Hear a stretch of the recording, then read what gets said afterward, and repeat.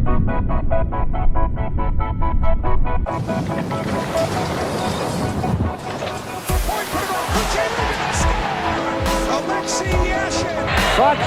Sabasi, so familiar, so many times we've seen it.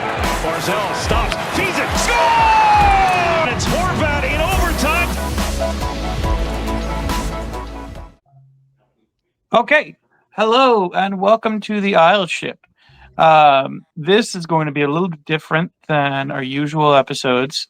There's a bit of a lull in the season now, even though this is when the games are starting to matter the most. Not as much has happened as you would think, so we are going to be in Hot Take City. Everyone's going to bring up their hot takes, and we're going to argue over them. All right. Mike, I believe you are first. Let's go. Yeah, so I'll start with the hot take. But before I do the hot take, and I thought I would ask you guys on air, Jacob Chychrun sold his Tesla because he was afraid of the battery inside of it.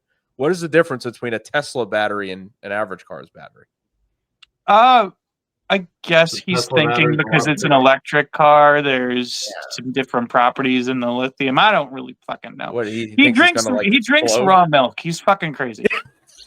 He's an Islander. He should have been, but I'm kind of glad that he's not in hindsight if they're paying him $9.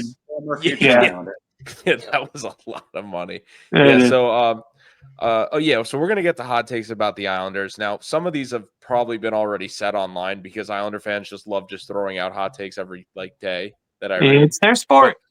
But my biggest hot take that I've never seen before so far is actually I saw it once from one other person, only one other person ever. And that's that I think the Islanders should be spending this offseason doing everything possible to get rid of Pelech and Pulock. Oh, I was the person who said that. Did you actually say that one time? I didn't see it on podcast, not on Twitter. Oh, you did say it on podcast. Now that is a scorching hot take because someone like Adam Pelech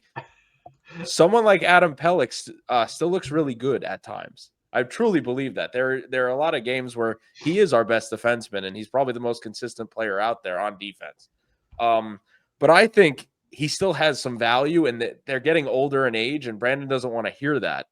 But I do think if these guys have any value, it would be now. And you're going to say, well, I think Ryan actually has only a no-trade clause after this season. You guys can correct me on that if I'm wrong. I think becomes modified during the offseason. Yeah, I think Pelech still has a full no trade. But I think if they went to both guys and said, hey, we're moving both of you, tell us where you want to go. We're going in a new direction. I don't think they would be opposed to that because I think the last few years have been, I don't want to say ugly, but it's definitely been a downhill spiral. And I think if the Islanders want a new look or a new image, how do you do that? You get rid of two of the guys that are a little bit older that eat up the most minutes. Like with the analytics dropping recently and what I'm witnessing, I think we're a bad defensive team. I just don't think, and sure, some of that is on the forwards too. I'm not going to deny that, but I think it does start from the back end. And if you're keeping Patrick Waugh, I don't think you'd be opposed to having some quicker players on the back end, even if they're not as good defensively as Adam Pelech. You guys according to Puckpedia, Pulock already has just looked it up too. No trade. Pulock has the no trade. Next year, Pelech turns from full no trade into modified no trade. Okay. So it looks like Pelech would be the one more likely to be moved, which unfortunately I think he's probably the one I would be less likely to move currently. Pulock looks terrible. Pelech looks very serviceable too. Like you said, sometimes the best defender. Pelech doesn't have the full no trade. This is what Puckpedia It becomes modified in July. Both of them, really? No, not Pulock. Pulock has full no trade clause until the final year. Pulock that don't mean anything. No. And then it doesn't. And you Jacob Trouba though this year. And then after this season's over, it goes to modified 16-team no trade. I think the case that you make for moving Adam Pelech, even though he's really good, is you have to look at his concussions. And unfortunately, he is a player to where he's getting older and he has taken his fair share of them. I feel like the next one would be something very serious, where he would be out potentially for several months, if not an entire season. And that is something where if I'm a GM, if he has value, I want to get off and jump ship for as much as I can. Yeah. I think you can get a haul for him. I think you can get picks, prospects, and I think that a team, if you're willing to give that up, would be very happy to take that and take on the risk of of where he's at health-wise, which I don't think that really fits for the Islanders because I don't want to take on that risk right now. It's not worth it to me. All right, here's a question. If you move Pelech, who you replace him with? Well, that's what I'm saying. What the Islanders would do, in my opinion, they'd either use what they get for him to trade for a defenseman, or you look at the free agent market. I haven't thought this far ahead. But the point is, the point is they have 10 defensemen right now. I wouldn't mind keeping Perunovich. I wouldn't mind keeping Boquist. I wouldn't mind calling up Isaiah George and saying, screw it. They're already 30th in expected goals against in the sports logic data that the NHL pays for. How do you get worse than that? Yeah, it's hard to do. I don't think you. Yeah, it's really hard to be worse than that. And I think the defense could be accidentally better next year, if that makes sense.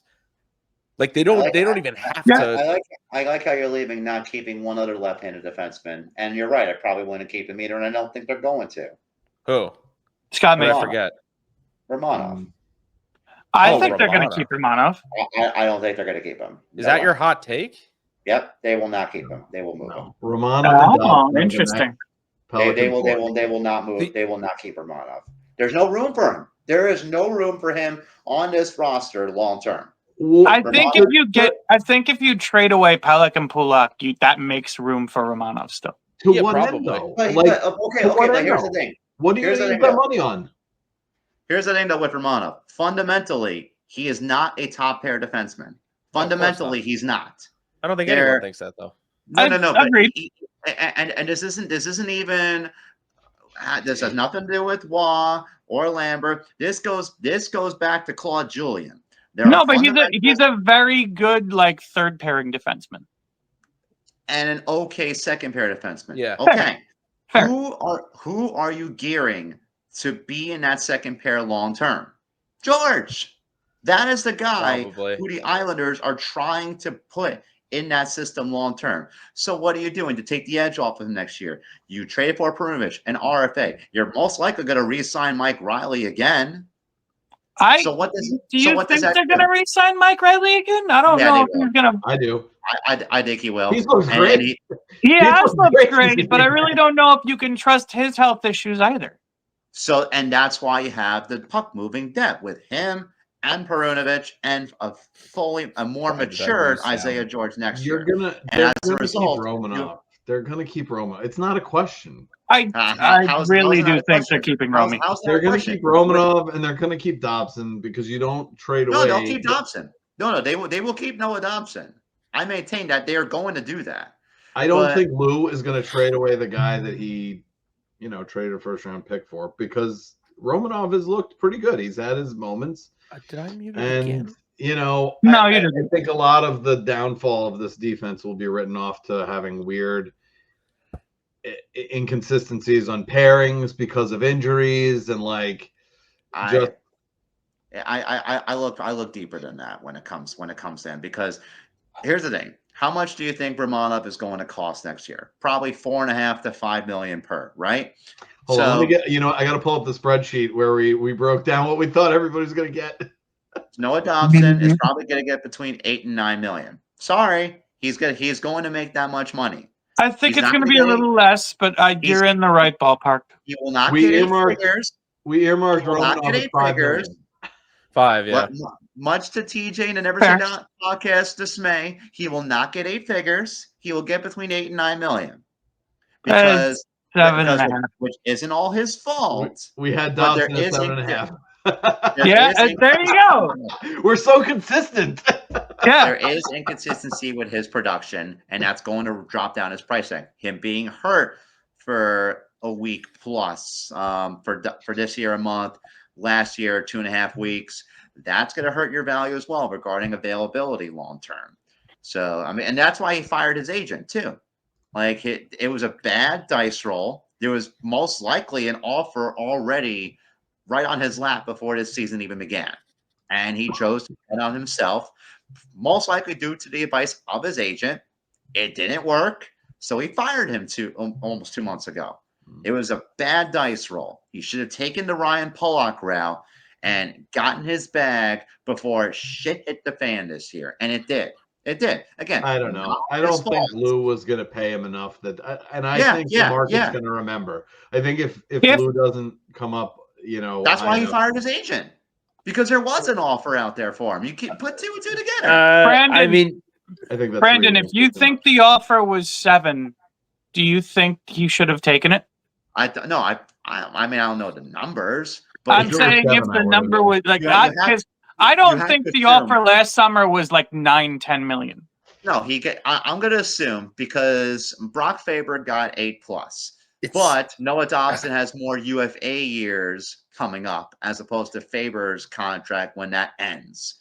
So you're looking at around 8 to 8.5 per, because of the 70-point season that he had last year. His agent thought that he could get more because of what Dahlin got last year from Buffalo. And it was a bad dice roll. I have to jump in though, Brandon, because there's a lot, and I know he's not a star player, but there are star players who do change their agents before they're getting another contract. I mean, it wouldn't be the first time it's happened. Yeah, it's not completely uncommon. So I mean, that's kind of speculation. Like we don't know that for sure. Mid-season. No, but I understand Brandon's line of thinking here. I just don't think that the betting on yourself was a bad bet here. I just think it was a bet that didn't work out.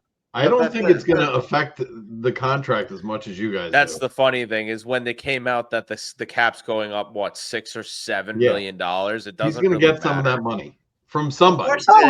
He's for sure going to get some of that money. But he's not going to get as much as what he was most likely offered before the season began. That's the problem. I don't know about that, because I don't know what he was offered in the summer. Is he even close to 70 points this year?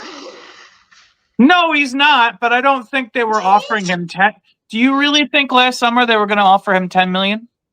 No, they weren't going to offer him 10 million if he got 70 this year. It was a stupid way of thinking from his agent. I disagree with that. I think if he put together back-to-back 70-point seasons, he'd be definitely getting a ton of money.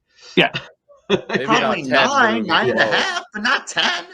I think it's going up. Okay, depending on the term. But this ties into what I was saying though. If you are going to pay Dobson between 8, maybe 9 million max, you have to sacrifice another defenseman in terms of high cap hit or eventual high cap hit coming up to make room for that. And that's that would be Pulock and Pulock. And that's where, but it's going to take more than that though. It's going to take, because Romanov is the easier player to move right now. Well, Pulock isn't. It would take somebody like Anders Lee as well. But again, your winger depth isn't really that strong to replace. I'm talking about just isolating the decor, because you have too many defensemen on your team. I feel like that's a bad idea in a vacuum, because a lot of your dead money right now, to me, is placed in forwards.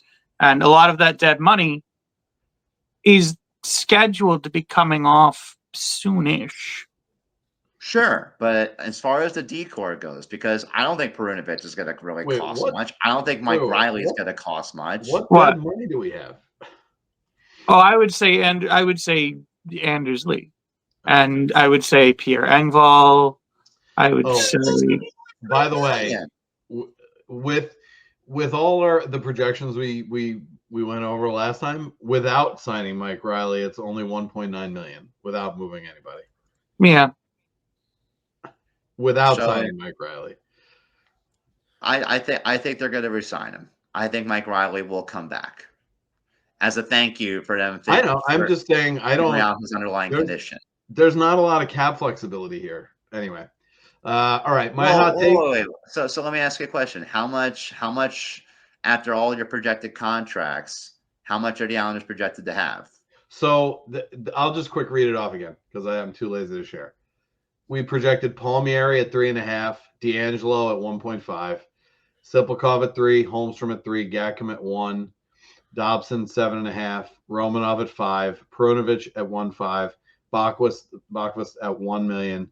That's a total of 27 million, and the estimated cap space for them next year is 28.9. I don't think Boquist is staying. Really? What did Eric say? I think Boquist is walking. Bakvist. Bakvist. Sounds like a Russian pianist. I think Boquist is walking. I don't think they're keeping him. Okay, so 2.9 million, like go on a shopping spree. But that's right. but again, that's why I maintain Romanov's got to get moved. I mean, anything's possible, but where's the room for Isaiah George in this lineup long term next year? He's going to make the team next year. Where's the room? Talking about a GM who loves to let guys be in the AHL longer than they normally But he got a longer trial though this year. Well, not on purpose, by necessity rather than intention. I mean, I can go look at the UFA market, Brandon, but this is why I think if the Islanders wanted to completely strip their defense, which I think they really, really should consider, I don't think it would be that hard. Teams are going to have $7 extra million. All of a sudden, affording Pelech and Pulock fits right in. We wouldn't have to even eat salary. Just because they can doesn't mean they're going to want to, though. And it's interesting. I think there are certain teams that would want to. Yeah, I watched Seth Jones go, right? How much did Seth Jones go for again? First, that will most likely be late, and Spencer Knight. That's a good haul for Seth Jones. But Chicago's also retained $2.5 million from that deal. But he made what, 8? 9.5. Oh, so that's what I'm saying. Pelech and Pulock would be cheaper in that at full price. You know what I mean? Like, and that's with the salary cap going up $7 million. The hardest thing is having them agree to move. I get it. That's the hard part, you know. It's not even that though, Mike. As a GM, I would have a much easier time replacing the effectiveness of Romanov than I would for Pelech. Because there's no outside replacement for Pelech realistically that's available. You're not finding any in free agency. Neil Pionk. I think no. I mean, I'm just looking at names to anybody, even though he really is, just because he just doesn't like roster turnover. Romanov is a guy that Lou actively went out to get. I think he didn't just get him though; he got George. That's from the same trade. You know what's interesting, guys? Provorov's UFA this year. He's probably going to get a lot of money though. He's probably going to get close to what Chychrun got. No. No. You would be crazy if you give Provorov what Chychrun got. Yeah, I mean, he's one of the best UFA. Why are there 2 Brian Dumoulin's? Does he have a brother? There's one on Seattle and one on New Jersey, or is that just the same player? But I think, but I am being realistic. Though. I think the easier 2 players that I think Lou is going to most likely move are Romanov, and regardless of the trade clause, Pulock. Who the heck? This free agent's name. I just want to sign him to learn how to pronounce his name. That I just posted it in the chat for you guys. That's one of the free agents this offseason. Oh my goodness. What is that? Oli Ulayan Bjorgvik-Holm. Why does he have 4 names? I don't know. My wife had 5. Oh, that's true. Before she got 2 of them taken out. How many go on the jersey though? That's the question. Probably just the Borgvik. John, do you have a hot take? Oh, I thought you were going to do yours, Eric. I'm sorry. You said you were about to say yours. And then, okay. Yeah. So my hot take is surrounding Ilya Sorokin. There's a lot of discourse online about how. What was that? Oh, I didn't say anything. Never mind. There's a lot of discourse online about how he is either the savior of the team or the reason that they are playing as poorly as they are and they can't get wins. And my hot take is that he's kind of neither. Like, he's just solid, dependent. He plays about as well as you would expect given his contract, but I don't think if he was not on the team, let's say, for example, that they wouldn't be able to survive. They would be able to pay a goalie less money. That would be a little bit worse, but they would be able to use that money to get better players and kind of fix the team that way. So my hot take is that Ilya Sorokin is just kind of dependable, and that's kind of it. I still think take, though. I still think his best years are ahead of him. I think. Yeah. I think if and when they put together a faster, more puck moving team in front of him, he will start to look better. But that's just my hot take. I actually really like that take on. I'm in the happy medium camp too. Like fair. Anybody who wants to blame this season on Ilya Sorokin is nuts. Is just like you've been damaged. You've been damaged by this team. Look, we all. Let me just throw this in too. I understand Sorokin's coming off of an injury, and I get that, but I think the goalie that I always compare with him the most, and it's probably not a 1-to-1, but it's pretty close, is someone like a Jonathan Quick. And when I look at Jonathan Quick when he was 30 years old, I think Ilya is 30 right now. I would say. He had a 918, a 917, and a 921 up until he was 33, and he had a down year. So I don't think just because he's 30 years old, his career is over. It seems to be some people think that, but I don't know. And then he had a career resurgence as a backup on the Rangers. Exactly. That's what I'm saying. And he's old.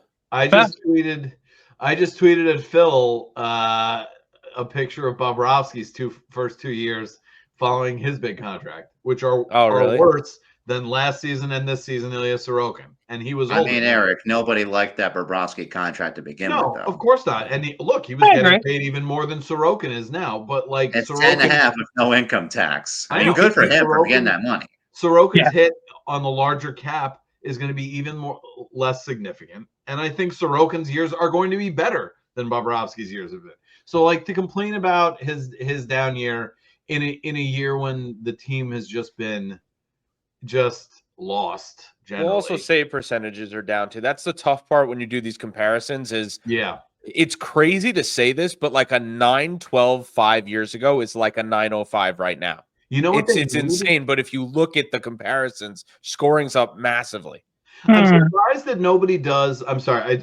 I just want to piggyback on that just because I'm surprised nobody does you see it a lot in baseball, like the X OPS and the X on base and the X, where it doesn't compare it to just like you have the base stat and then you have the base stat as compared to the rest of the league that year. So like how much better you are than everybody else, or how much worse you are than everybody else. And because that's what matters. And it's like a floating standard. So you see if offense is up, and it mitigates the higher. If we're going to go down that route, my take for that is that analytics for hockey are infinitely more difficult to track than analytics for baseball, and infinitely less reliable. Too many variables. But this isn't. But the whole point is Eric's talking about an average, not a analytic. Exactly. You're not comparing. This is actually apples to apples. You're comparing it as a trend in the league rather than to just like an actual outright number. So I actually did this, Eric. I didn't get the exact calculation. Yeah. But the average this season for any goalie in the league is around a 901.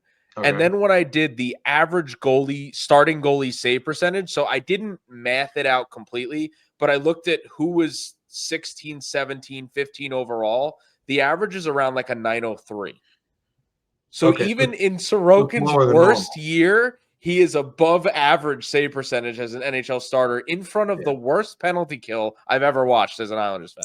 Like, I just don't think there's anything worse than what I saw. I'd be curious to see like the trend lines and like just the general, like how that stuff pans out. I mean, I could make the graphic, but it would just upset people. Like everything I do with Sorokin just upsets everyone. Let's face it, everything you do on Twitter upsets people right now. No, it's ridiculous though. No, the thing is like I've never said he's blameless. I don't think I've ever come out and said he's the reason single-handedly why the Islanders like I've never come out and said that. What I've said is that a lot of the hatred is overblown. Brandon, what were you going to say? I'm sorry I jumped in there again. What were you going to say? What do you mean? When I jumped in and wanted to talk about the OPS plus and like comparing save percentages like league wide. No, I wasn't going to say anything. Oh, I thought you were going to. I felt like I cut you off. Mike, I think part of the problem is that when people get into these arguments over Sorokin online, they become oddly personal. Like, it becomes a situation to where both sides feel like they need to overcompensate to show how good or bad he's been. So it goes from people who I think generally share close to the same opinion of he's been pretty good or he's been pretty mediocre to he is prime Henrik Lundqvist 2014 or he is Tristan Jarry in 2020. You would have to point out to me what person is going out and saying he's like when I say he's like a god or something. Like obviously I'm trolling. Like I don't mean that. But my that's thing what I is, mean. People are taking that at face value and they're seeing this and they're like, "Oh, he means this." But I don't think anyone is because like I'll quote someone who says he's mid and then I'll say he's a god because he's not mid. Like I'm sorry, but there's no mid in Ilya Sorokin. I mean, I agree with that, but I also don't think he's a god.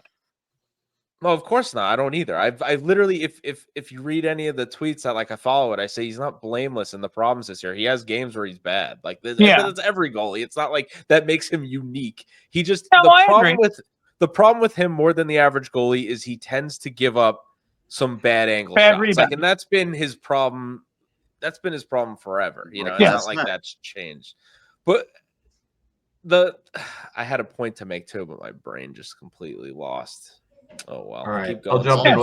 All that build up and yeah, I know. I had a great point. So all right, I'll jump in with my hot take then. My hot take is the Islanders are not going to miss Brock Nelson. Ooh. I think I actually really like first of all, 1-to-1 Callum Ritchie. From everything everybody's saying, I haven't seen a ton of his highlights, but like seeing that he's like more than likely going to make the NHL roster, like as people are predicting next year. And I hope to God he does because our AHL team seems like a black hole right now. But with the additional darts of Danny Nelson, Gleb Varemyev, and this guy and I know that I don't want to get Mike incensed that Matt was talking about, Kamil Bednarik on Boston University. Like I like those darts. I like those darts like as a competition going into next season. And then also if you just look at the center depth, like obviously I don't want Casey Cizikas to be too much a part of it, but like you've got McLean, you've got Gatcomb, you've got Pajot, you have the depth to have to phase him out successfully. They're like I think I like the less hot addendum to that is I don't think they're going to miss him, in terms of center depth and his scoring.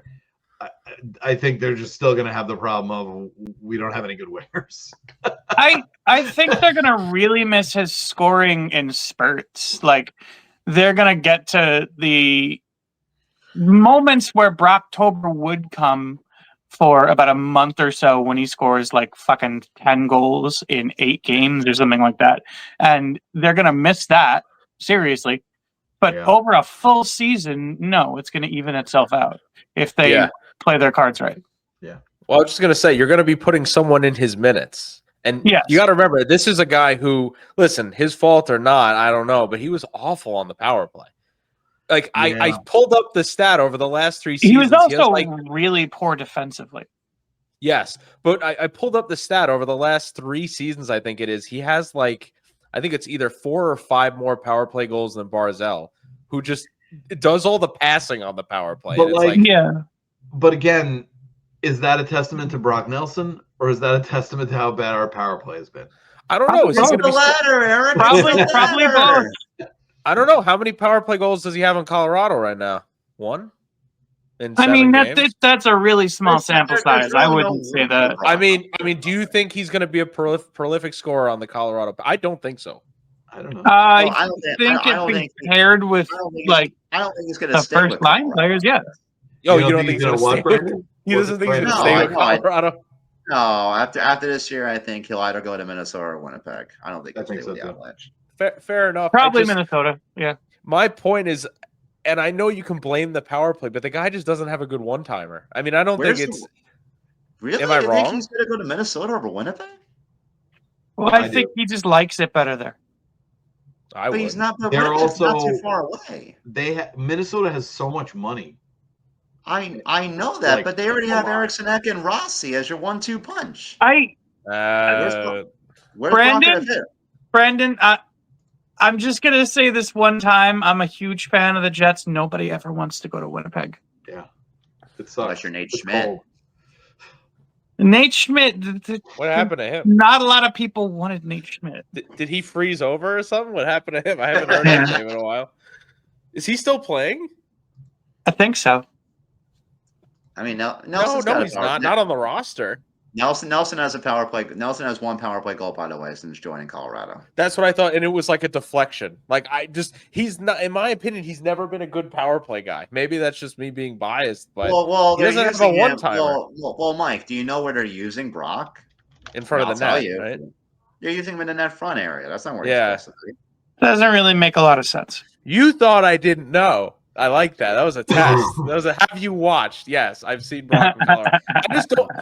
I don't think he's a net front guy either, Brandon. I just don't think he's a power play guy. That's not what he's supposed to do. They tried putting him with as McKinnon's left wing for a few spurts, and that sucked because him and Nichushkin had bad chemistry a week and a half ago. Well, I'm just saying he's such a weird player. Like Brock was one of those alive against the Maple Leafs when I saw that game. Oh my god. He's like a low effort goal scorer, and like he's the type of guy that I think is going to move to the wing once he gets older.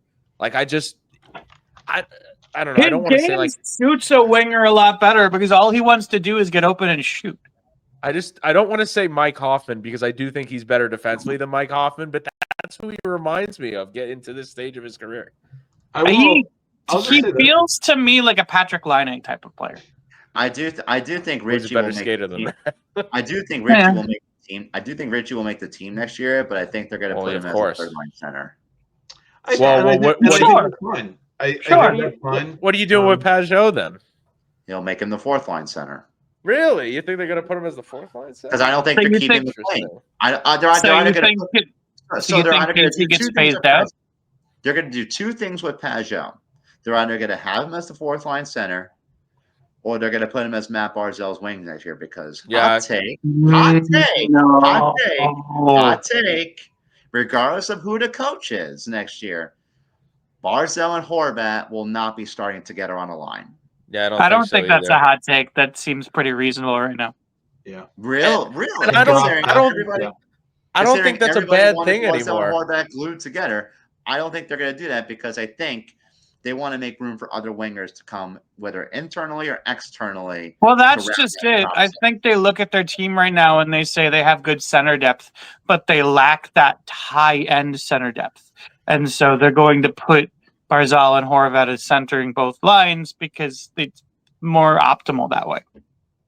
And also, they were both great. They're both play drivers. I just want to interject one thing in here after all the Brock Nelson goal scoring slander. He's probably going to have his fourth consecutive 30-goal season this year. So screw you guys. I get it. I'm just saying he gets every opportunity in the world to do that. I think if he played, I'm serious with this. I think if he played with Colorado the whole season, I don't think he'd have as many goals as he has right now. Oh, I disagree. Because he just. I disagree. That's fine. With that. I don't because 7 points in 9 games there. I think he would be. No, I said goals. How many goals do you have right now? 3. 2 or 3. Yeah. Well, I mean, he's got 3 goals in 9 games, so that's just about 30. That's 70. That's 27. And that's an adjustment period too. Like if he's in a camp and like the problem with the adjustment period there, Eric, is I didn't see him fit on any line he played on. It was the same problem here. It's not like he was in 9 games and he's a +5. I think he's fitting in. Well, I will say this. Are they on the same 2 games? Because he had 1 point in 6 games, Eric, when I was watching. So I don't know if it was the last 2 games or what happened, but it's here. Okay. Game log. So here's the only thing. He had 1 point in the first 5 games, and he's got 5 points in the last 3 games. He had 2, 2, and 1. Is he playing on the Islanders or the Avs? It sounds all like. On the Avs, yeah. Okay. I know, I'm joking because it sounds like what he did here. All right, go.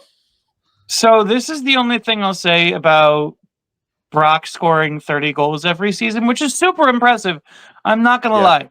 But if you could theoretically have somebody who scores 10 goals in 15 games 3 times throughout the season and then nothing, or someone who scores 25 goals evened out throughout the whole season, who would you rather have? Yeah, it'd be more the guy with more consistency, so you can win some more games. A lot of Brock's goals seem like goal. What is it, like stat padding? I think you'd say. Kind of, yeah. Are you guys? Let me go look. Are you guys out of your mind? I'll tell you. What do you mean? What's the guy who's going to score more goals? No. What are we talking about? Eric. Eric. Here's the thing. Okay, going Eric, 30 games without a goal. No. No. Eric, because Eric, I agree, Eric. They lost the plot. I get it. The reason I get it. The reason I disagree with it. No, the reason I would take somebody that's more consistent is because if you win a game by 5-2 instead of 4-2, that goal was meaningless. Okay, the people made these arguments of when A-Rod was on the Yankees and being like MVP year after year. Oh, his points are no. You want A-Rod. You want the guy who's going to score more. A-Rod fucking sucks. You want a crazy stat, John, to why I agree with you? Can you tell me over the prior 2 seasons how many more game-winning goals Brock Nelson has over Matt Barzal? Probably not a lot. No, I just guess. Give me the number. I'll tell you. 5. Less. Overtime goals count as game-winning goals, right? I think any goal that puts your team in the lead, right? Does that not count as a game-winning goal? Yes. And what was he has 4 more game-winning goals than Barzal over the prior 2 seasons. And Barzal's had 35 goals in the last 2 seasons? Am I wrong? Is it less than that? I'm looking. Let me say. Okay, Barzal. Wait, hold on. Maybe no. He had 23 goals last year and 14 the year before that. If you score when everyone else on the season, team, he has 7. No, do I have this wrong? Hold on, let me make sure I have the right stats. I don't want to mess you guys up. No, okay, so he had 2 game-winning goals in 23-24, which is actually less than Barzal, and then he had 8 in 22-23, and that's when I think he was an all-star that year, if I'm not mistaken. Maybe I'm wrong. If you are a goal scorer, but you can't score goals when your teammates don't score goals, I don't need you. Yeah, Barzal had more game-winning goals than Brock Nelson last year. That's just like This is. I'm sorry. This is an absurdist. No, but it matters. It's not. Not. Does the pace of the game or the attitude of the game change at any point during the game? How many games fall off where people just stop playing hockey? None. It's not. There are no. The argument should be when the goals are scored, though. If someone scores 40 goals, Eric, and 30 of them are up 8-2, who cares? If there are 100% stat patterns in hockey. Here you go, Eric. Would you rather have Matt Barzal or Brock Nelson on your team? So what was it? What was the proposal? It was 3. Would you rather have Matt Barzal or Brock Nelson on your team? The proposal was what the proposal was. The proposal was 25 versus 30 goal scorer. Barzal's less than that too, usually. The proposal was 3 10 goals in 15 game stretches throughout the season. So about 37 games Brock Nelson, where you do not score. That's almost half a season. I don't care about that. How many total goals does that person score? 30. Okay, 30. Versus? 25 spread out. Okay, so if you put a team full of the first guy against the team full of the second guy, how many more goals would the first team score? If you no, a lot more. I don't know. I'd rather have a team. Wait, no, that's not the way you should be looking at this. Not how many goals. How many more games would the team that scored 25 goals spread out win? They would win a dozen or so more games because they scored in half the games that the other team scored 0 goals in. But that's here's the 37 point. Games with 0 goals. If those guys are staggered, you're not all scoring in the same pattern. You're still just scoring more goals. You're right, but that means that for half the season you'd be playing down a goal. Oh my goodness! I think that's how it works. Point. Why do you think a 30-goal scorer in Brock Nelson is going to get $7 or $8 million and not more than that? All right. So if you had a team full of guy one, just let me thought experiment this out. Team full of guy one. No, it's not. Team with forwards of guy one versus team of forwards of guy two. You're getting 5 times 12. So you're getting 60 more goals per season on team one than you are on team two. Teams, though? Why aren't we? I will take the guy on team. I will take team one. Okay, but if team, all right, but if team, and now I understand why you're Islanders fans. But if team one scores 120 goals in October through December, and then 40 in January through April, you're fucked. Yeah, no, because the whole point is like guys get hot at different times, right? So I will just guys do get hot at different times, but I don't want a player who is ice cold for half the season. I'm going to take the guys who score more. That's my hot take, I guess. No. Well, Eric, I would agree with you if the goal total was like 40, but when it's a 5-goal difference and someone's leaving me out to dry for half the season, it would take the more consistent player. Oh my God. Brock Nelson went 30 games without a goal, Eric. I don't care. I do. How is that? How do you not care? It's going to happen. It's going to happen. Okay, so if he goes through the entire playoffs without scoring a goal and you go, oh, it's going to happen. Because playoffs are a small sample size. It's like that's. I agree with you, but all right. But if you want to sign one guy to an 8-year contract, I would rather have the guy who's going to score 40 John, are we counting empty netters? Are we counting empty netters? No. 40 less goals over that period. Okay. You have drafted the Toronto Maple Leafs and you have not won a playoff game in 20 years. Yeah. You're out. A playoff series in 20 years. Absolutely out. No, but this is okay. This is the Toronto Maple Leafs. McDavid. This is just math. This is just it's not though. No, it really is. No, it's not. John, you should also, John, to be fair, you can't give an honest answer to this question unless you know the point totals too. I would like the guy who's scoring more goals being my hot take for the night on my video. The law of averages does not work when you have a small sample size that is significantly more important than your large sample size. Yeah. I just along the same lines, would you rather have a guy who will consistently score you 2 goals over the life of a playoff run, or a guy who has the upside to score you 10 goals over the life of a playoff run? How believable is that upside? Are we saying, like, what's the value? That upside, how likely is that upside of happening? You made these rules. You said once every what was it? Once every 15 games? So are we saying 50-50 shot of 2 goals or 4 goals?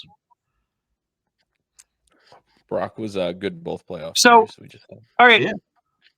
What I'm gonna say, you're not gonna make it there though if it goes 30 games. I know that this is leading you again towards more goals is better. And because you're not framing the problem correctly.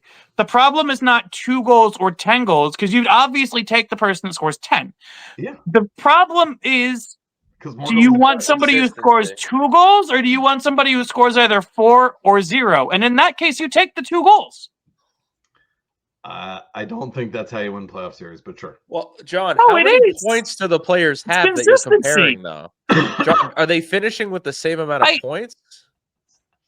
No, but No. it 100% is, because you run into the problem that the Maple Leafs have, where every year they have people who can score a ton of goals, and every year when the games start to matter, they don't score goals. Yeah. And people look at it and go, oh my God, I can't believe this. And then you look at the players and it's like, oh, they're all really streaky.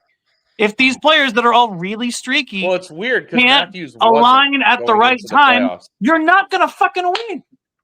That's just how it works. I think Mitch Marner's a point per game in the playoffs. Am I wrong on that? I was about to say, I don't think the Maple Leafs' problem is so much scoring goals as it's scoring at the right times. That's what John's talking about. It's all about McDavid.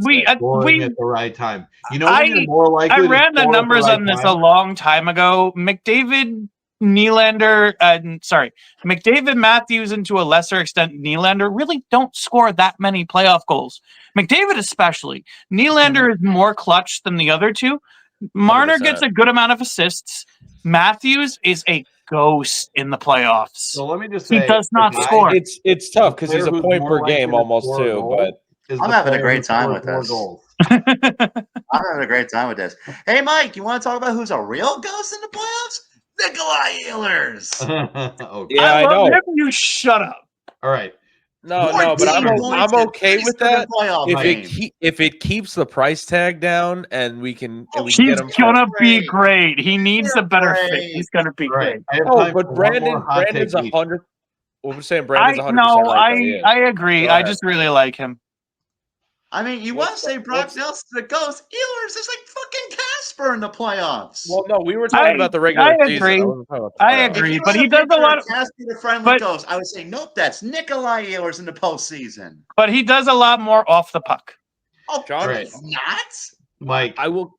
Yeah, Mike, I'll get another hot take. Yes, I will get to it. Hey, Mark Scheifele or Kyle Connor.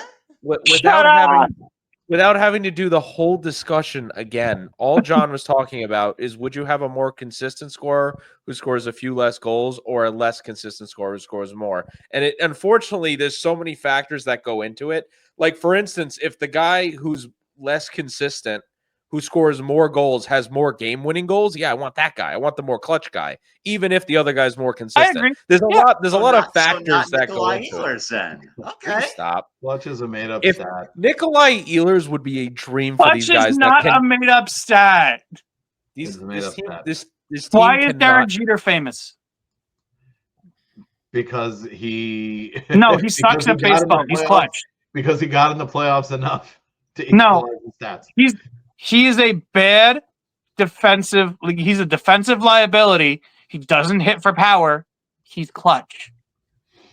Okay. All right. What's your next hot take, Mike? Jeter being a defensive liability. I can't. Tom, a defensive liability. Jeter is a major defensive liability. Look at his stats.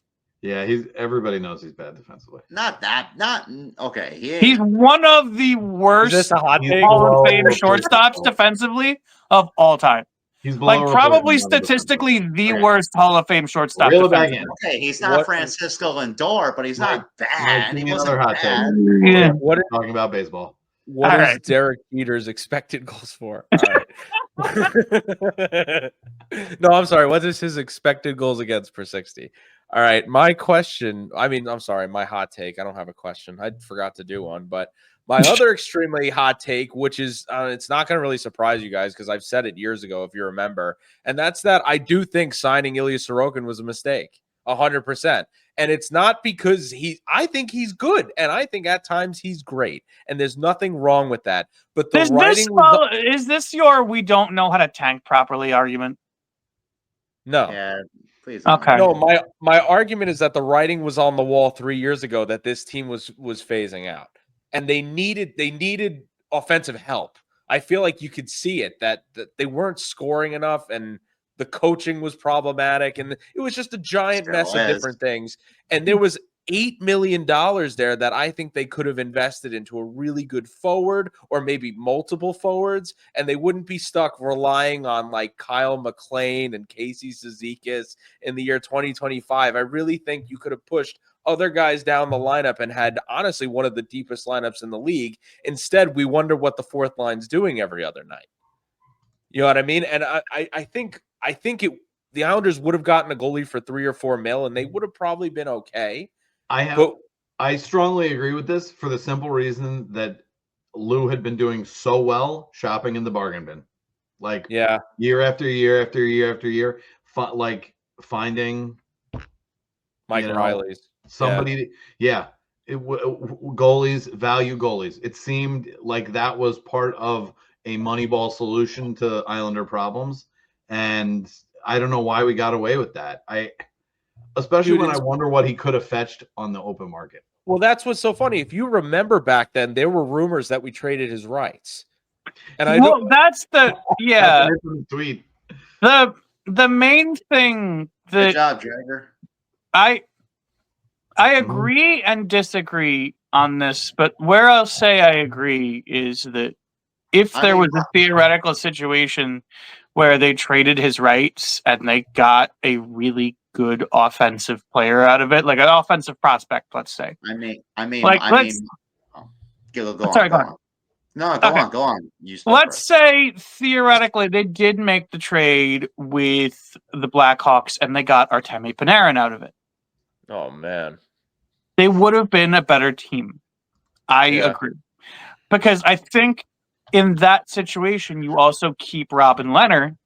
And you pay him like $5 million instead of the $7.5, and maybe even less. You get maybe less, and you get a comparable goalie for cheaper, and you also have Artemi Panarin.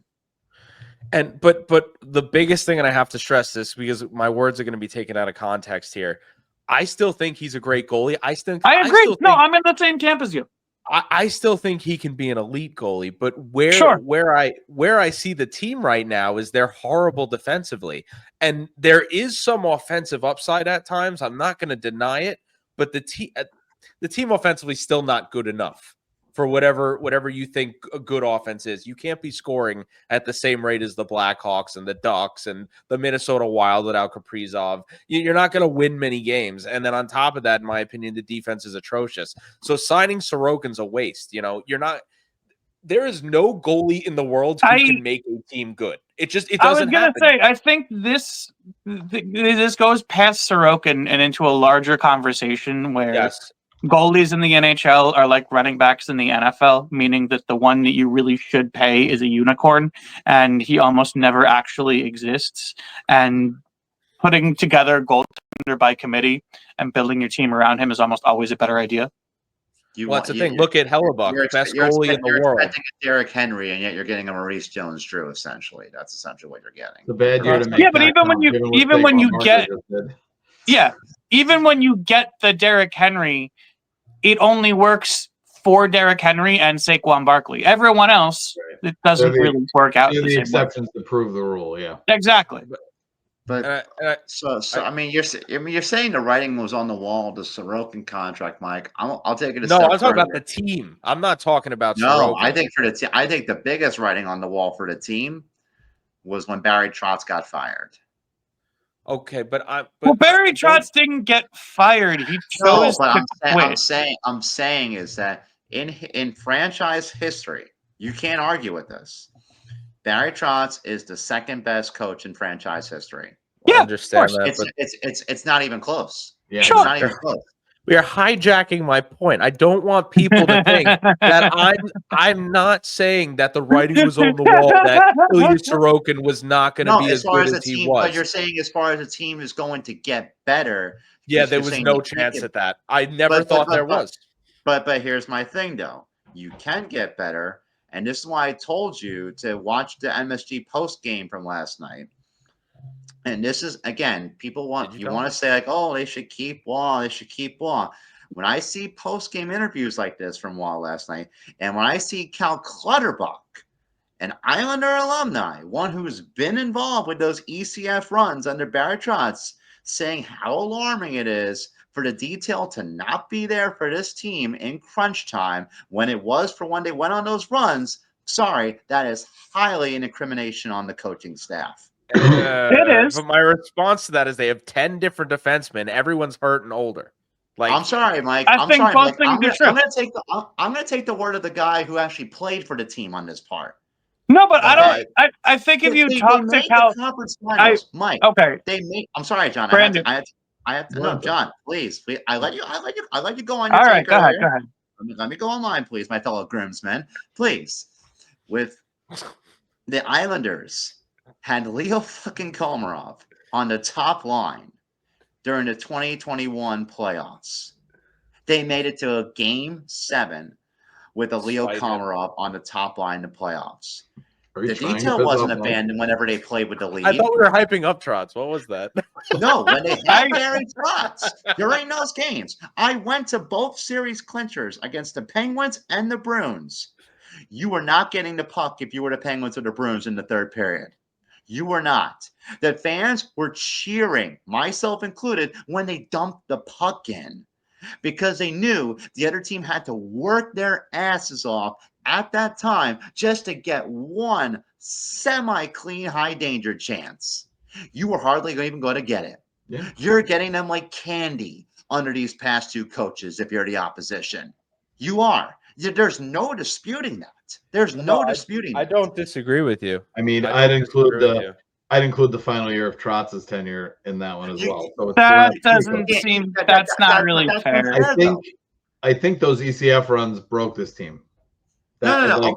Okay, Eric. Let's actually talk about the last Trotz year, shall we? Okay. Yeah. So, the last Trotz year, where I spent nearly $800 on opening night weekend to go see basically an AHL roster, thanks COVID. Speaking of, despite the 13-game road trip, which no other team dealt with in NHL history, despite that, oh my God. Despite the 3 COVID outbreaks, which the protocols didn't get changed until Boston got them 3 weeks later. Despite that, and the 2+ month-long Pollock injury, here's what the Islanders finished with. You ready for this?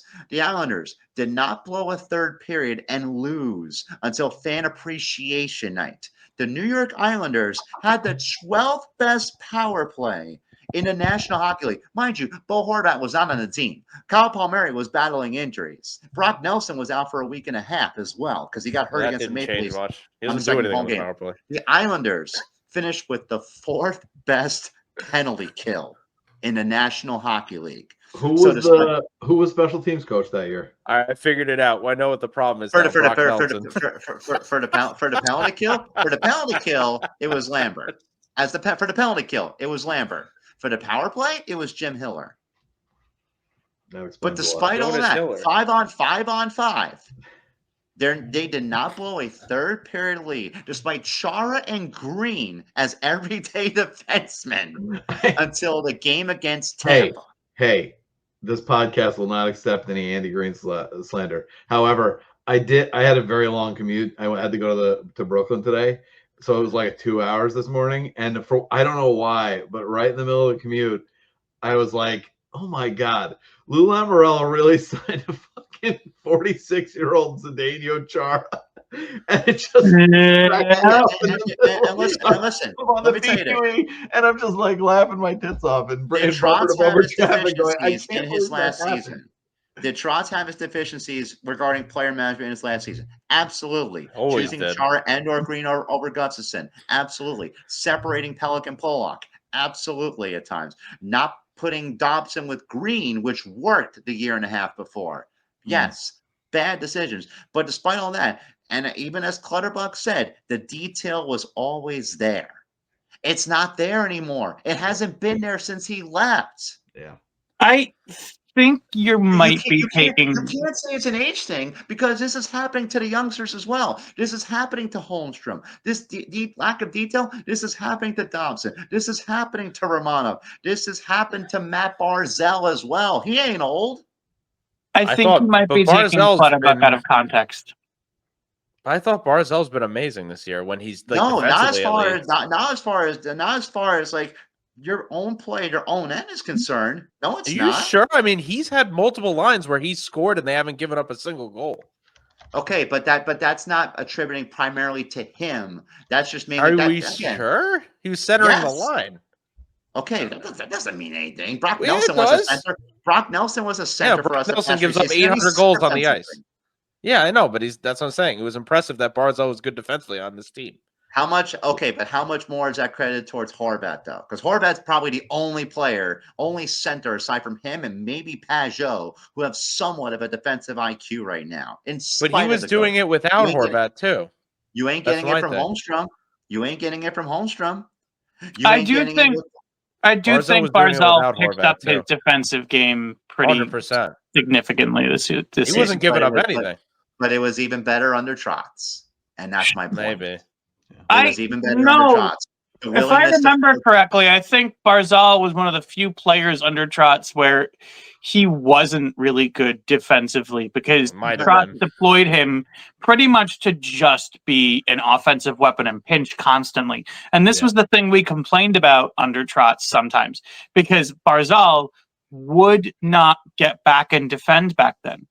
He's doing that more now. I think if you put him in a Trotz system now, he would be much better than he is now defensively because everyone gets back. But under Trotz, because he was younger and because of how he was deployed, he was not good defensively. Yeah, it's a shame we never got to see Horvat play for Trotz. I agree. I think that would have been phenomenal. But he would have had 20 points. I got a cold time out because I got to tip out. I'm tapping out in an hour, but it was good talking with you guys. Okay, you're out. Adios, Eric. All right, we'll get, and I will watch the end later. Okay. Yeah. I'll keep it going a little bit more, guys. I'll edit it out where it's just. Yeah, we'll get one or two more takes in, and then we'll. Yeah. Okay, I just want to finish this. Yeah, I want to finish the last of my take, but. To say that the team is on their end game, it's time to move on from like 90% of these players or whatever. Well, no one said that. How do we know? But how do we know who to move on from if you don't have the proper coaching staff to optimize these players? If you have the proper coaching staff to optimize these players and then they fail to execute, yes, cut bait, move on from them. The problem is you're running out of time. Everything is a time decision, whether you like it or not. The hourglass is real. You don't have to respect the age argument, but it's real. But you're not going to be good. Personally, if you lean into what was trying to do, you have the right coaching staff. But okay, they're not doing that. Okay, did you watch what happened? Did you watch the MSG post game last night? Yes. Okay, did you watch what Clutterbuck literally said? I think you're taking him out of context. How am I taking it out of context? Because I don't think he's saying that the lack of detail is a coaching problem. I think he's saying that the lack of detail is a problem with the influx of the lineup. He can't say it's a coaching problem because he's live on air and he'll get killed. You're right, but I also think he understands the amount of players that have been coming in and out, and that would create a problem like this. Clutterbuck, hockey players do not think like fans, John. They don't. This is not thinking like a fan, though. This is thinking like a player. They all understand how the dynamic changes when people come in and out of the lineup, and how difficult it is to get a consistent groove. I can give you a different perspective. Without Buchnevich or Parayko on their team under Montgomery than they ever did under Bannister. Their lineup has been pretty consistent. No, it hasn't. They were shit under Bannister. No, he's talking about the roster. The roster's been consistent. We have 10 different defensemen. Even if we had a good coach, that's tough. Aside from maybe Broberg, great job, Edmonton. Aside from Broberg, their decor on paper is ass. I mean, it is. It is. You got Suter and Leddy in your core. You don't have Parayko in there. It's ass. But it's been consistent. So you're able to actually you're able to have people buy in and work on a system and tweak it. You can't do that with the Islanders because as soon as you try to create a system that works around the players, you have different players swapping in and out of the lineup. But does the system even make sense though? Does the system even make sense? Saying, we can try a different coach. I think it does. If you have the right players, it definitely makes sense. So why? Okay, John, let me ask you this. What sense does it make to go to a 1-3-1 when you have a third period lead when it doesn't work in the modern NHL anymore? It worked for the 90s under Jacques Lemaire. But the sense is that you have players that are old and they are not fast anymore when they're fucking dead tired. So they're trying to do anything they can to shelter themselves. Are not old, John. Romanov and Dobson are not old players. But Pelech and Pulock and half of that forward core is. They're not old. You make it seem like they're the same age as Ryan Suter right now. And Ryan Suter gives much more effort in third period leads for the Blues than Pelech ever does because of the proper detail that's being instilled by Montgomery. I'm just saying, you think two different systems and two different coaches are why Pelech and Pulock and some of these other guys Pelech's been better than he was under Lambert. Yeah, but he's not close to what he was. And my argument there is it's not system. He got injured a million fucking times. He hasn't even played. When was the last time he played 70 games in a season? He was bad. He got CTE brain. He was bad under Lambert before he got concussed by Bortuzzo, Mike. No, I understand that, but then you're like, okay, he just forgot how to play randomly. You put him in a new system. It's not him forgetting how to play. It's what they're being coached to do and what not to do. My issue is if you're getting a new coach, Brandon, I don't think this GM should be here. I don't think Lou should be able to choose another coach. So if you're getting rid of Waugh, I think you should get rid of Lou. I'm not even saying that Waugh is the best coach in the league, but I think if you look at the field and who is available, other than Jay Woodcroft, which why would he want to go here? Yeah, why wouldn't he? If you're willing to pay the money, then he'll come. No, I don't understand. Do you want a Tortorella, Brandon, or who? Because he's all about details. I don't want Torts.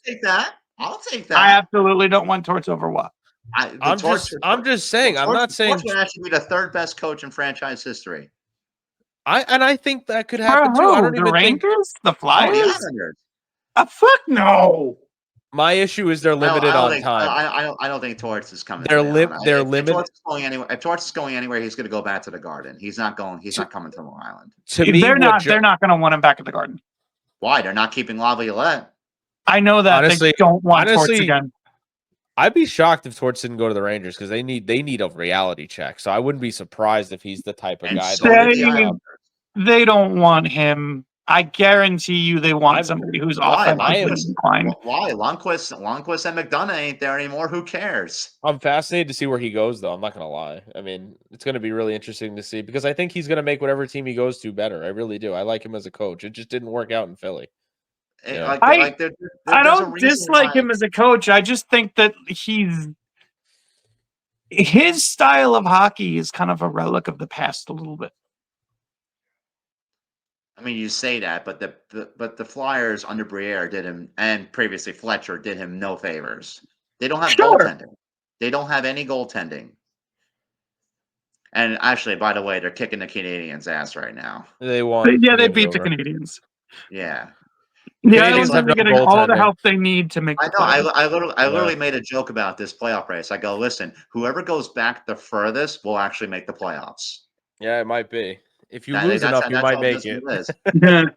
But that's my point, though, Mike. I always value coaching more than roster when it comes to NHL foundation. I just don't. Yes. I mean, because I think every coach has a shelf life, and if they shuffle the deck chairs again, and it's a reputable coach, it's a good coach that they bring in over Waugh, and they still suck, I would be very freaking angry because I have never thought it's the coach. Happens, well, I was going to say it's a risk, and you're limited on time. If it happens, then yes. Then we know who needs to go and who doesn't need to go. Let me ask you a question, Mike. If the Penguins foolishly fire Mike Sullivan, of course that's the move you make. I would never deny that. That's not what I'm saying. My issue is I think we're undervaluing the issues with the roster. No one looks at this roster and thinks they're good. Nobody.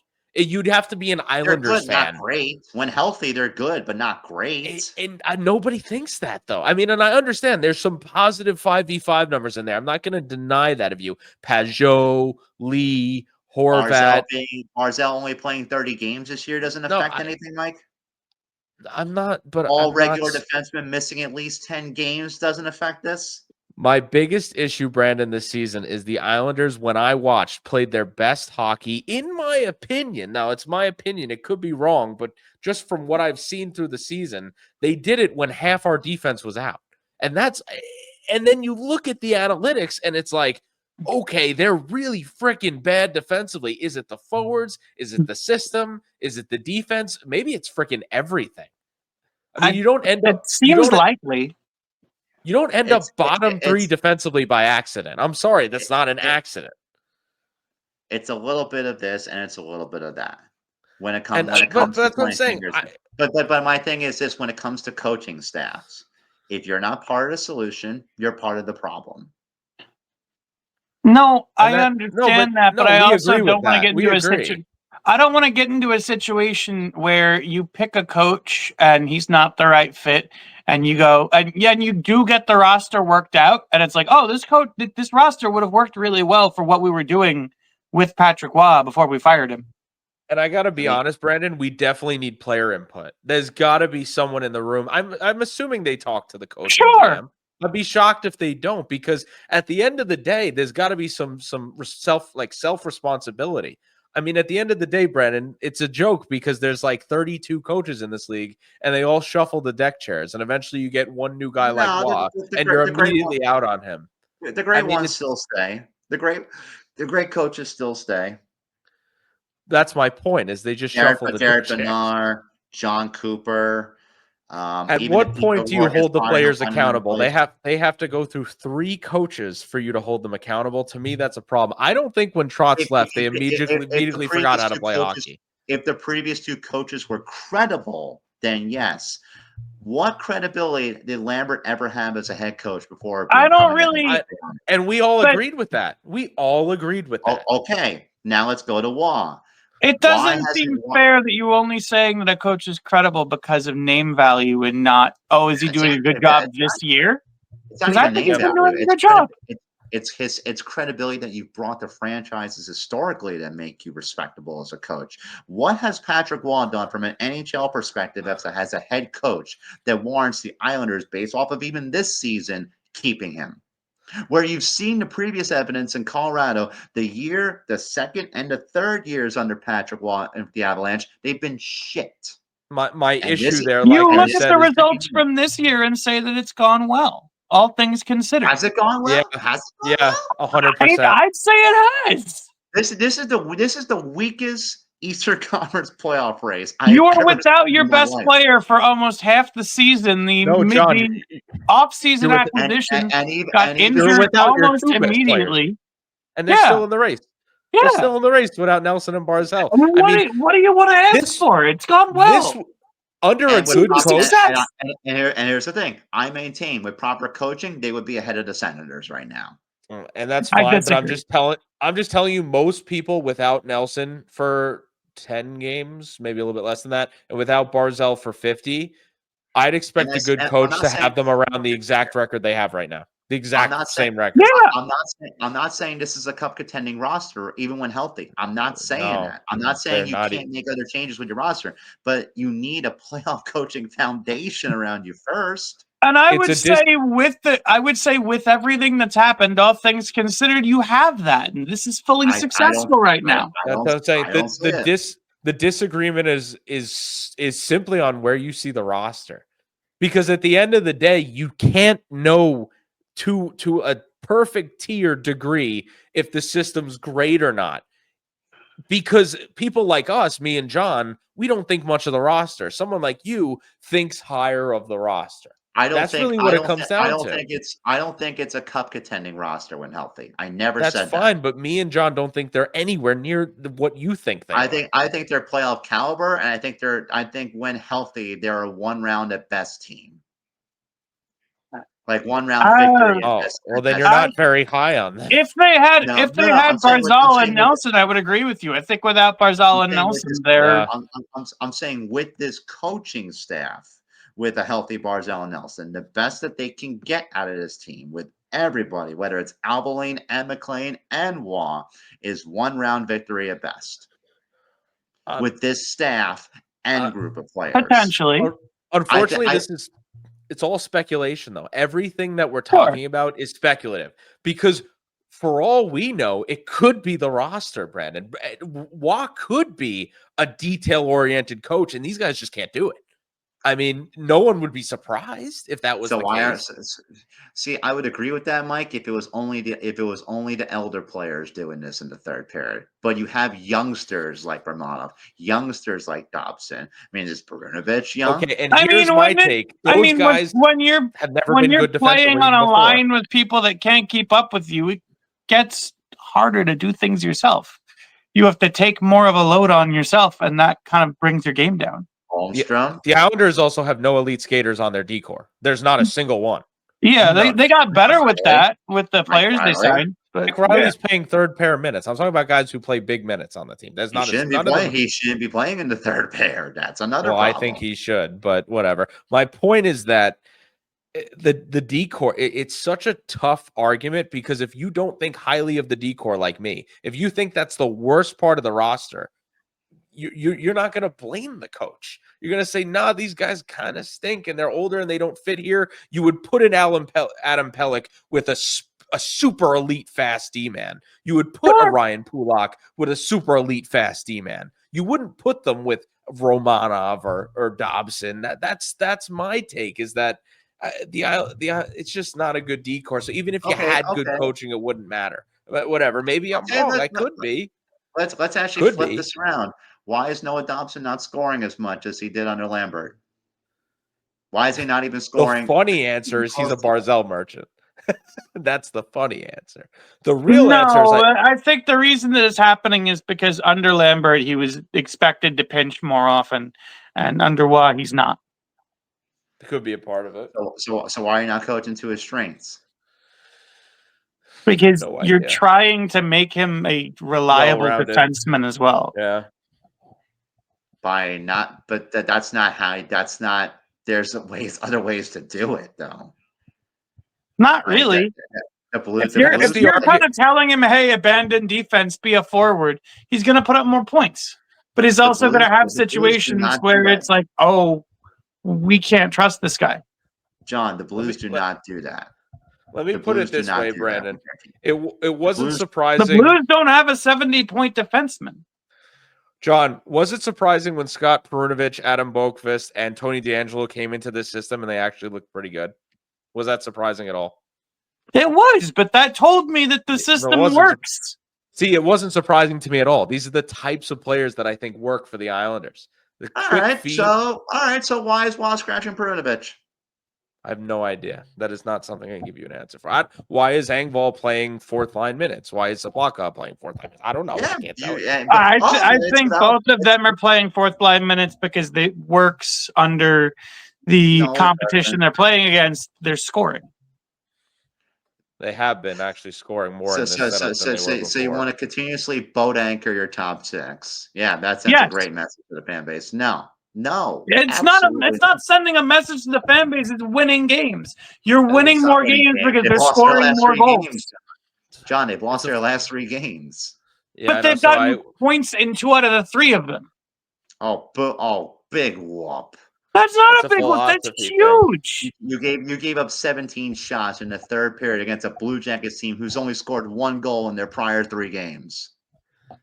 I'll tell you this. If they were to get a new coach and they still blew chunks, I would absolutely apologize to Lane Lambert because I don't think he has anything to do with the design. Let's say it's a good coach. Obviously not hiring fucking Johnny Two Shoes off the street. I'm talking about they brought in like a Tortorella and these guys still sucked. Or Mike Sullivan and they still were bad. I'd be out. Dude, Brandon, I'd call for the rebuild. I'd be out. I don't think you apologize to Lambert because I think that there were a lot of decisions that he made that were poor, regardless of whether his system would have worked. You could argue why has too. That's the thing, you know. I don't think he's made as many poor decisions personally, and that's fine. Obviously, I don't think it's Lambert. It was everything he did that was fucking bothering me. So, yes, I mean it's with Waugh, it's certain things and it's details, like Brandon said. But at the same time, I look at this decor and I'm like. Is Pelech all there? Is Pulock able to move his feet anymore? Like I just telling Noah Dobson to not be a defenseman without actually putting him as a winger completely ruined Alexander Romanov. Fundamentally ruined him. is off because of the injuries that he's had to his feet and his ankles. I agree. Fundamentally, he's off. Pelech, defensively, for the most part, he's been fine. That's what I'm saying. He's not 2019 and 21 Pelech like he was under Trotz, but he's been fine. Coaching matters. Everyone's going to tell you that, and I understand that. But to me, when Trotz went away, it doesn't mean they forget how to play hockey. Like that's what bothers but you have a me. new coach. But you have a new coach installing a new system that could be counterintuitive to your predecessor. But how long does it take for you to find your game? It doesn't matter about finding your game. It just if you're playing by the system, you're playing by the system. It doesn't matter. I feel like I'll give you another example. I'll use the Buffalo Sabres as an example because I followed them a bit too, for better or worse. Mostly to laugh at them. So under Phil Housley, they were fine defensively. Didn't have the best scores on their team for the most part, aside from Eichel and a 40-goal season from Skinner, although he scored only 2 goals in the second half of the season because he got hurt. They fire Phil Housley after the season and they go to Ralph Krueger. What happened under Ralph Krueger? Sabre fans will tell you, but I'll tell you first. Everybody started to fall apart. Rasmus Dahlin, the way he looked on the ice was scary. Defensively and offensively, he was awful. He would scratch Dylan Cousins for no reason. He would put Jeff Skinner glued to the fourth line. And on top of that, the one line that he kept, that was the worst line, and I've seen Niederreiter with Reasoner and Pound Alpha, was Tobias Reeder, Cody Eakin, and Kyle Oposo.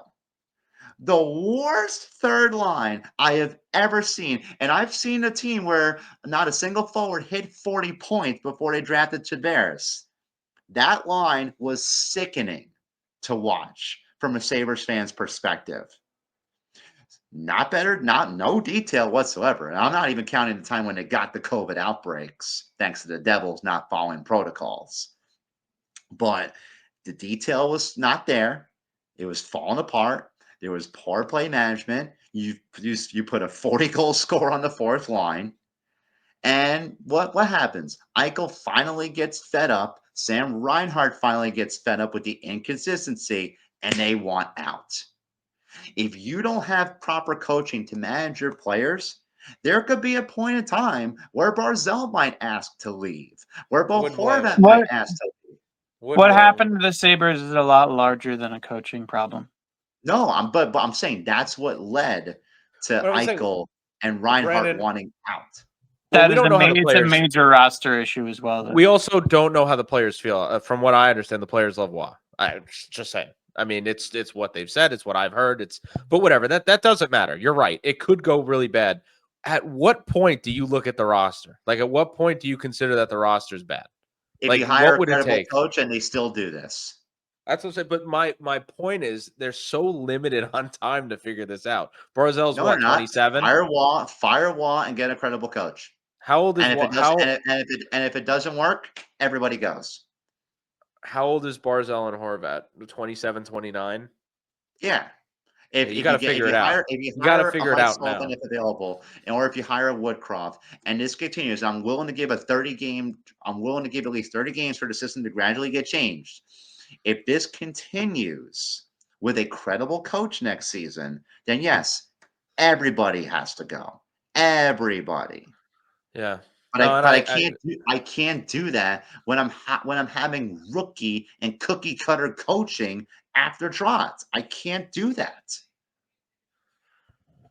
My thing is, at the same time, though, I still think even a good coach would struggle with this roster when you don't have Barzal and Nelson. I'm just being honest. That's where me and John come from, I think, is that you look at the lineup up and down and you go, the expectation is, man, hopefully they make it competitive. Yeah. I mean, that's pretty much all you could ask for. I mean, yeah. And honestly, you talk about, Trotz didn't have Horvat, Trotz didn't have this. I think this roster currently at this point in time is worse than the ones we had back then. I really believe it. A lot of those guys were in their primes under Trotz. Mike, like the Vancouver Canucks, no JT Miller, to Vancouver, no EP40, no Philip Hedl, Hronek is battling injuries, though he played. And you Quinn got Hughes, dog baby. walk by him in the third period. Quinn Hughes. You got Watch goal that. lead.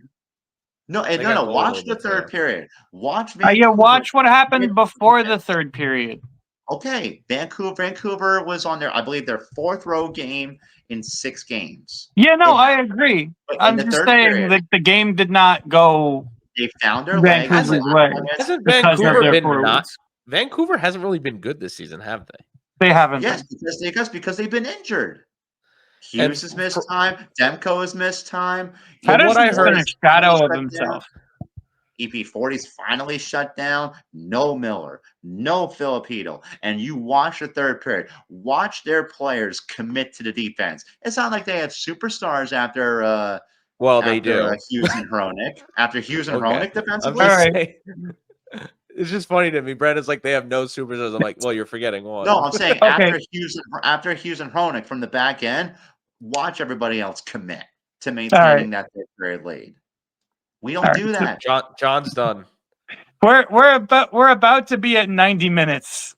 Wait, I got to get a trivia in. Yes, I need one trivia question. For fuck's sake! All right, this is a fun one, John. You're this is for me. you. What was the most amount of goals that Matthews has had in the playoffs? Any single season? 4. Nope. Brandon? 6. Nope. 3. Nope. 5. Yep. Yeah. There we go. He had 5 in 1920 and 18-19 and then 5 in 22-23. That's crazy. But I mean, they only play one round usually. So yes, because they won a series. That's why. Yeah. They beat Tampa. That's why. It's just crazy how he can put 69 goals up in a season though, and then like the playoffs come around and he's, This is what I'm saying. Yeah, I know. I'd actually rather have the McDavid over Matthews. Anyone would. I don't think that's even controversial. Yeah, 100%. Less goals, but like 10 times the points, I guess, right? Well, not 10 times the points, but you get my point. More points, more consistency. Yeah. All right, Brandon. Final thoughts. We're almost there. Okay. We're almost there. We're almost there. It's baseball season. I mean, Soto struck out at the end, but it's baseball season. Lost. I saw. Yeah. Hey, it's going to be a lot of games for Soto to get his big hit. Yeah, baseball is 160 something games. I mean, 162. Yeah, ton of games. Jesus. So you could play a full hockey season, and that's like the intro to the baseball season. It's literally half. Yeah. So the Mets were like out of it, right, with like 100 games, and then they made the playoffs or something. Mm-hmm. Similar. I don't know, like 50, but yeah. Yeah. Oh, okay. I know everything. I guess that makes 2 of us. All right. We're good. All right. Bye, guys. Fine.